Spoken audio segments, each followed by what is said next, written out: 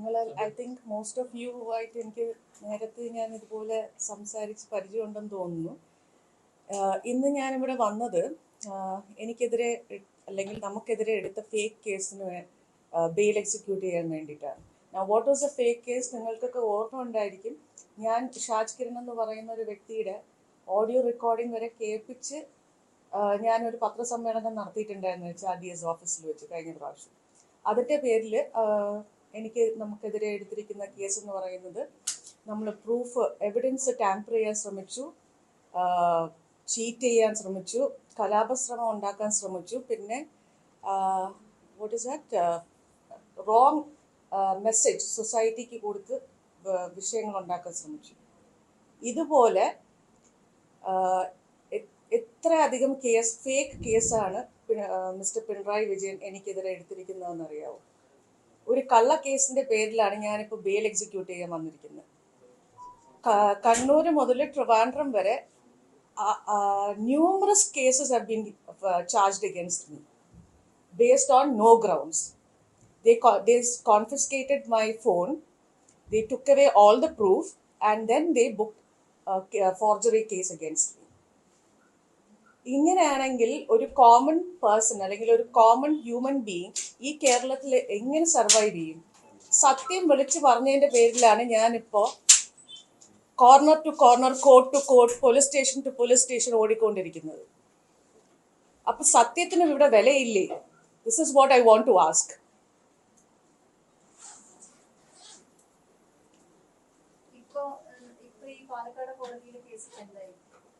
ഇന്നിപ്പോ ബെയിലെടുത്തു.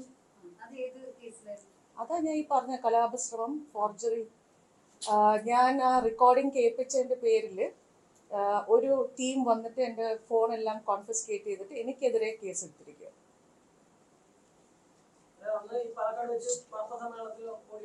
അതെ അതെ അതെ. ആൻഡ് ആ സമയത്ത് ഓഫീസിൽ പോലും ഇല്ലാത്ത അജി കൃഷ്ണൻ എന്ന് പറയുന്ന HRDSന്റെ ഫൗണ്ടർ സെക്രട്ടറിക്കെതിരെയും കേസ് എടുത്തിരിക്കുക. He was nowhere in the scene. So ഇവിടെ ഉള്ളവർ എങ്ങനെ സർവൈവ് ചെയ്യും? I don't really understand.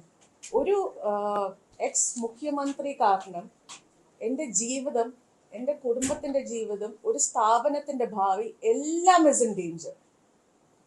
He try to ruin all of us. All our families are affected. ഈ മുഖ്യമന്ത്രി അധികാരത്തിൽ നിന്ന് പോയതുകൊണ്ടാണോ ഇപ്പോൾ കേരളത്തിലേക്ക് മടങ്ങി വന്നത്? 100% അത് തന്നെയാണ്. ബിക്കോസ് ഇനിയിപ്പോൾ പോസിബിലിറ്റീസ് ഉണ്ട്, തിരിച്ച് ഇവിടെ സർവൈവ് ചെയ്യാൻ പറ്റും, നമ്മളൊക്കെ സേഫ് ആണെന്നുള്ളൊരു വിശ്വാസത്തിന്റെ പേരിലാണ് തിരിച്ചു വന്നിരിക്കുന്നത്. അഫ്കോഴ്സ് അവര് റൂൾ ചെയ്തുകൊണ്ടിരുന്നപ്പോൾ അല്ലെങ്കിൽ ഭരിച്ചുകൊണ്ടിരുന്ന സമയത്ത് അവർക്ക് റെസ്ട്രിക്ഷൻസ് ഉണ്ടായിരുന്നു എന്നെ അറ്റാക്ക് ചെയ്യാൻ. പക്ഷെ ഇപ്പോൾ അവർ ഭരണത്തിലില്ലാത്തപ്പോൾ ഡബിൾ റിസ്ക് ആണെങ്കിൽ പോലും ഇപ്പോൾ അവർക്ക് എന്തും ചെയ്യാനുള്ള ഫ്രീഡം ഉണ്ടല്ലോ. ഇപ്പോൾ ഫോർ എക്സാമ്പിൾ ED ഉദ്യോഗസ്ഥർക്ക് പോലും സേഫ്റ്റി ഇല്ലാത്ത ഒരു സ്റ്റേറ്റ് ആണിത്. അപ്പം but I am just taking that risk because I need to come back. എൻ്റെ മകനെയും കൊണ്ട് ഞാൻ തിരിച്ചു വന്നു, തിങ്കിങ് ദാറ്റ് ഈ പുതിയ ഗവർണൻസ് എന്തെങ്കിലും ഒരു ജീവിക്കാനുള്ളൊരു പോസിബിലിറ്റി അല്ലെങ്കിൽ ഒരു സാധ്യത ഉണ്ടാക്കി തരുമെന്നാണ് എൻ്റെ വിശ്വാസം. ഇല്ല, we are planning on thinking because political അജണ്ടയുടെ ഭാഗമായി എനിക്കെതിരെ കുറേ കേസ് എടുത്തിട്ടുണ്ട്. നോട്ട് ദി എക്കണോമിക് ഒഫൻസസ്, അത് കൂടാതെ സത്യങ്ങൾ വിളിച്ചു പറഞ്ഞതിൻ്റെ പേരിൽ ഒരുപാട് കേസ് എടുത്തിട്ടുള്ളതുകൊണ്ട് I want to go and meet the home affairs minister as well as the chief minister. ഈ പൊളിറ്റിക്കൽ അജണ്ടയുടെ ഭാഗമായിട്ട് ചാർജ് ചെയ്തിരിക്കുന്ന കേസസ് നിന്നും എനിക്കൊരു മോചനം തരുമോ ഇല്ലേന്ന് റിക്വസ്റ്റ് ചെയ്യാൻ വേണ്ടി we are planning to go and meet the ministers. അതെ, ഇപ്പോൾ ഞാൻ റീലൊക്കേറ്റ് ചെയ്ത് just settling down and then very soon I will be getting into the official responsibilities of HRDS.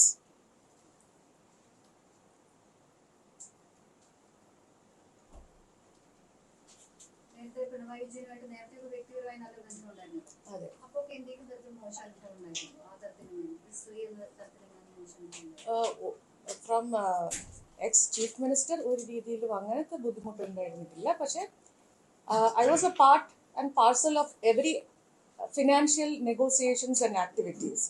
അപ്പോൾ ആ ഒരു പ്രൂഫും എവിഡൻസും എൻ്റെ കയ്യിലുള്ളതുകൊണ്ടാണ് സത്യം തുറന്ന് പറയേണ്ട ഒരു അവസ്ഥയിൽ എന്നെ കൊണ്ട് എത്തിച്ചപ്പോൾ ഞാൻ സംസാരിക്കാൻ തുടങ്ങിയത്. അപ്പോൾ അവരെന്നെ എല്ലാ രീതിയിലും ഒന്നീ ഈ വേൾഡിൽ നിന്ന് എന്നെ എലിമിനേറ്റ് ചെയ്യുക, അതല്ലെങ്കിൽ എനിക്കെതിരെ കേസുകൾ എടുത്ത് ഫേക്ക് കേസുകൾ ചാർജ് ചെയ്ത് എന്നെ ജയിലിലാക്കുക എന്നുള്ളൊരു അജണ്ടയുടെ ഭാഗമായിട്ടാണ് ഞാൻ ഈ കിടന്ന് അനുഭവിക്കുന്നത്. നമ്മൾ ആരും ഒന്നും തുറന്നു പറയാൻ പാടില്ല. മിസ്റ്റർ പിണറായി വിജയനെതിരെ ആര് സംസാരിച്ചാലും അവർക്ക് they have to face the worst in the world എന്നുള്ളതാണ് ഒരു അവരുടെ ഒരു മോഡസ് ഓപ്പറാൻഡി. ഇനിയാവാം, ബിക്കോസ് ഇപ്പോൾ അവർ ഭരിക്കാത്തതുകൊണ്ട് all the goondas are free to do whatever they want. So അങ്ങനെ ചോദിച്ചു കഴിഞ്ഞാൽ definitely there's a risk while living in Kerala.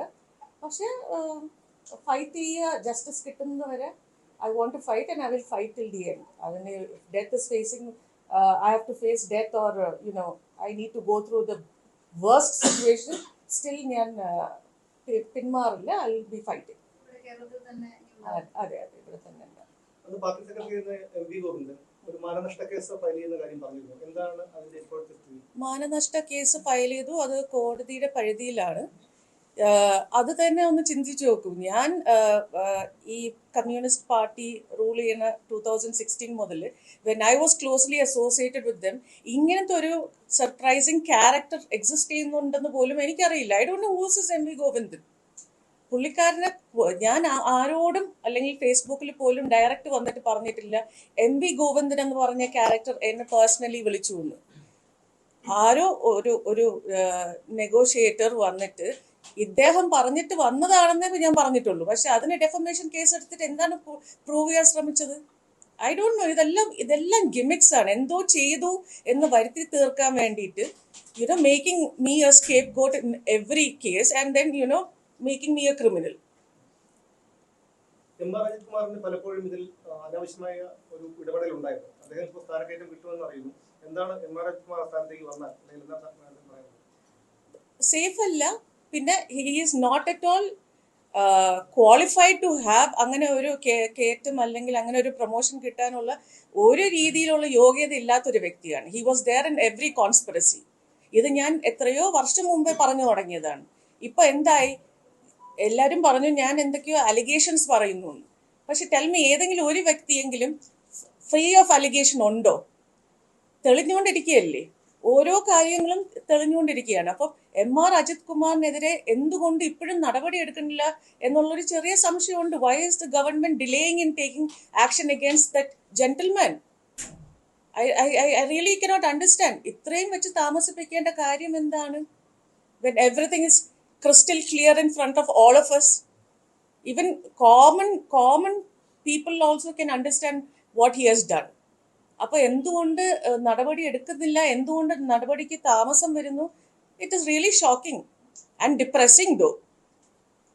ഭരണം മാറിയതിനു ശേഷമുള്ള ആദ്യത്തെ ഒരു മൊഴിയെടുപ്പ് ചോദ്യം ചെയ്യലായിരുന്നു കഴിഞ്ഞ ആഴ്ച വിജിലൻസിന്റെ വേണ്ടത്തേത്. കഴിഞ്ഞ ഭരണത്തിനും ഈ ഭരണത്തിനും ഉദ്യോഗസ്ഥരുടെ നിലപാടുകളിൽ മാറ്റം ഉണ്ടായിട്ടുണ്ടോ, അല്ലെങ്കിൽ പെരുമാറ്റത്തിൽ മാറ്റം ഉണ്ടായിട്ടുണ്ടോ? പെരുമാറ്റത്തിൽ അങ്ങനെ കുഴപ്പമൊന്നുമില്ല. I mean they were very I was cooperative, so they were also well. ഞാൻ ഡിസേർവ് ചെയ്യുന്ന ഡിഗ്നിറ്റിയും ഡ്യൂ റെസ്പെക്റ്റും തന്നു തന്നെയാണ് ചോദ്യം ചെയ്തിട്ടുള്ളത്. അതിലൊന്നും ഇതേവരെ ഒരു ഇതും ഉണ്ടായിട്ടില്ല. പിന്നെ ലുക്കിംഗ് ഫോർവേഡ്, എന്തെങ്കിലും സത്യങ്ങൾ വെളി വരുമോ based on my evidence, based on my statement? നമുക്ക് ചുമ്മാ ഏതെങ്കിലും ഒരു വ്യക്തിയെക്കുറിച്ച് എന്തെങ്കിലും പറയാൻ പറ്റുമോ? ചുമ്മാ അലിഗേഷൻസ് പറയാൻ പറ്റത്തില്ല. അപ്പം ഞാൻ കൊടുത്ത സ്റ്റേറ്റ്മെന്റ്, ഞാൻ കൊടുത്തിട്ടുള്ള എവിഡൻസിന്റെ ബേസ് ചെയ്ത് എന്തെങ്കിലും ഒരു പോസിറ്റീവ് ആക്ഷൻ ഒഫീഷ്യൽസിന്റെ ഭാഗത്തുനിന്ന് വരുമെന്നാണ് ഞാൻ പ്രതീക്ഷിക്കുന്നത്. ശിവശങ്കർ ഇപ്പോഴും പല ഒഫീഷ്യൽ മീറ്റിംഗുകളിലും പങ്കെടുക്കുന്നതായി കേൾക്കുന്നുണ്ട്. അതിനെ എന്തെങ്കിലും അതേക്കുറിച്ച് അറിയാമോ? ഞാനും പലയിടത്തുനിന്നും അറിഞ്ഞു that he is secretly working for mister Pinarayi Vijayan. ഇപ്പോഴും നോട്ട്സ് എഴുതി കൊടുക്കാനും എവിടെയൊക്കെ ഇൻവെസ്റ്റ്മെന്റ് ചെയ്തിട്ടുണ്ടോ അതിന്റെ ഫോളോ അപ്സും ബാക്കിയുള്ള കാര്യങ്ങളും മിസ്റ്റർ ശിവശങ്കർ ചെയ്യുന്നുണ്ടെന്നുള്ള ക്ലിയർ ഇൻഫർമേഷൻ എനിക്കും കിട്ടിയിട്ടുണ്ട്.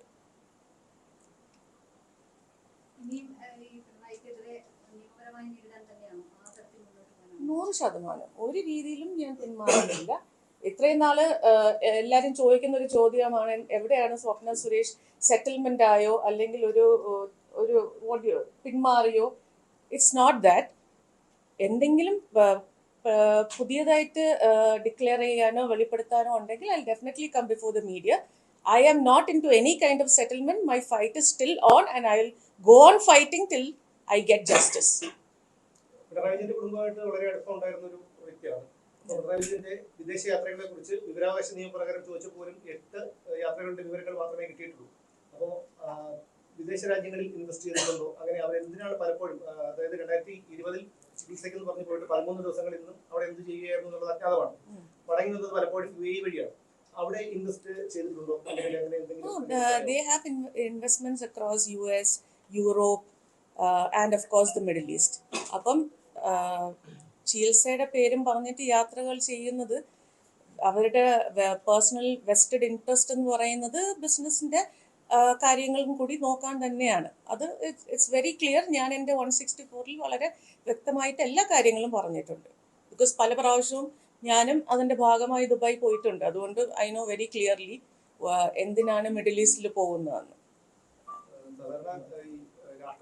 ഭാര്യമാരോടാണ് ഇപ്പം അനുഗമിക്കുന്നത്. മുഖ്യമന്ത്രിയുടെ ഭാര്യ അനുഗമിക്കുന്നത് കേരളത്തിലെ മാത്രമേ ഉള്ളൂ എന്ന് എനിക്ക് തോന്നുന്നു. അപ്പൊ അതേക്കുറിച്ച് എന്താണ്? കാരണം മേഡം കുടുംബമായിട്ടും അവരുടെ കമലമേഡമായിട്ടും ഒക്കെ വളരെ അടുപ്പമുള്ളൊരു വ്യക്തിയാണ്. Well, she is actually trying to behave or act or try to prove to the society that she is the first lady. US president വൈഫാണ് അങ്ങനെ പോവാറ്. അപ്പോൾ ഒരു സംസ്ഥാനത്തിൻ്റെ എക്സ് മുഖ്യമന്ത്രിയുടെ വൈഫ് ഫസ്റ്റ് ലേഡി ആയിട്ട് പെരുമാറാൻ ശ്രമിക്കുന്നത് അത്രയും power. She is the one who is deciding things. Mister Vijayan I don't think is so powerful like his wife. കാര്യങ്ങളൊക്കെ തീരുമാനിക്കുന്നത് CM രവീന്ദ്രനും M ശിവശങ്കറും കമല മേഡമാണെന്ന് മാധ്യമങ്ങളിൽ മേഡം പറഞ്ഞതായിട്ട് കണ്ടിരുന്നു. 100% എനിക്കറിയാന്നുള്ള കാര്യമാണല്ലോ. അവരാണ് നോട്ട്സ് എഴുതുന്നത്. പത്രസമ്മേളനത്തിൽ അല്ലെങ്കിൽ ഒരു പദ്ധതിയെക്കുറിച്ച് എന്താണ് സംസാരിക്കേണ്ടത്, അതിൻ്റെ സ്ട്രാറ്റജി, അതിൻ്റെ പ്ലാൻസ്, അതിൻ്റെ ഇംപ്ലിമെൻറ്റേഷൻ എങ്ങനെയാണെന്നുള്ളത് ഇവർ 3 പേരും തീരുമാനിച്ചിട്ടാണല്ലോ ഇത് കേരളത്തിൽ വെളിയിൽ വരുന്നത്. കേരളത്തിലെ ജനങ്ങൾ അറിയുന്നത് ഇവരുടെ ഹാർഡ് വർക്ക്, ഇവരുടെ ഹോം വർക്ക്, ഇവരുടെ പ്ലാനിങ് ആണ്, ഇവരുടെ മാസ്റ്റർ ബ്രെയിൻ ആണ്. അല്ലാതെ Mr. Pinarayi Vijayan does not have that time and brain to actually prepare strategies and implement it, because he doesn't have all that time and the brains. It's ഈ 3 പേരാണ് ഇതെല്ലാം ചെയ്യുന്നത്. പിണറായി വിജയന്റെ മകൻ പലപ്പോഴും മാധ്യമങ്ങൾക്ക് മുന്നിൽ വരാറില്ല. പലപ്പോഴും ഒന്നല്ല, വീണയുടെ 2ാം കല്യാണത്തിന് പോലും വന്നതായിട്ട് കണ്ടില്ല. അപ്പോൾ എന്തുകൊണ്ടായിരിക്കും? ആ സമയത്തൊക്കെ അവരുമായിട്ട് നല്ല അടുപ്പത്തിലായിരുന്നു. അതുകൊണ്ട് ചോദിക്കുന്നതാണ്. അതിനും വേണ്ടിയിട്ടുള്ളൊരു ഇമ്പോർട്ടൻസ് ആ മകന് അദ്ദേഹം മാധ്യമങ്ങളുടെ മുന്നിൽ വരരുത്, അദ്ദേഹത്തിന്റെ മുഖം മാധ്യമങ്ങൾ കാണരുത് എന്ന് നിർബന്ധമുണ്ടായിരുന്നു. അങ്ങനെ നിർബന്ധമല്ല. It is basically he is not considered important in that family എന്നാണ് നമുക്ക് മനസ്സിലായിട്ടുള്ളത്. ഒരു രീതിയിലും ഒരു ഇമ്പോർട്ടൻസ് മകന് കൊടുത്തിട്ടില്ല. കൂടുതലും മകൾക്കും ചെറുമകനുമാണ് കൊടുത്തിട്ടുള്ളതെന്നാണ് നമ്മളൊക്കെ അത്രയും അടുത്ത് പെരുമാറിയുകൊണ്ട് നമുക്കറിയാമെന്നുള്ളത്. കൂടുതൽ വാർത്തകൾക്ക് News 18 Keralam YouTube channel subscribe ചെയ്യുക.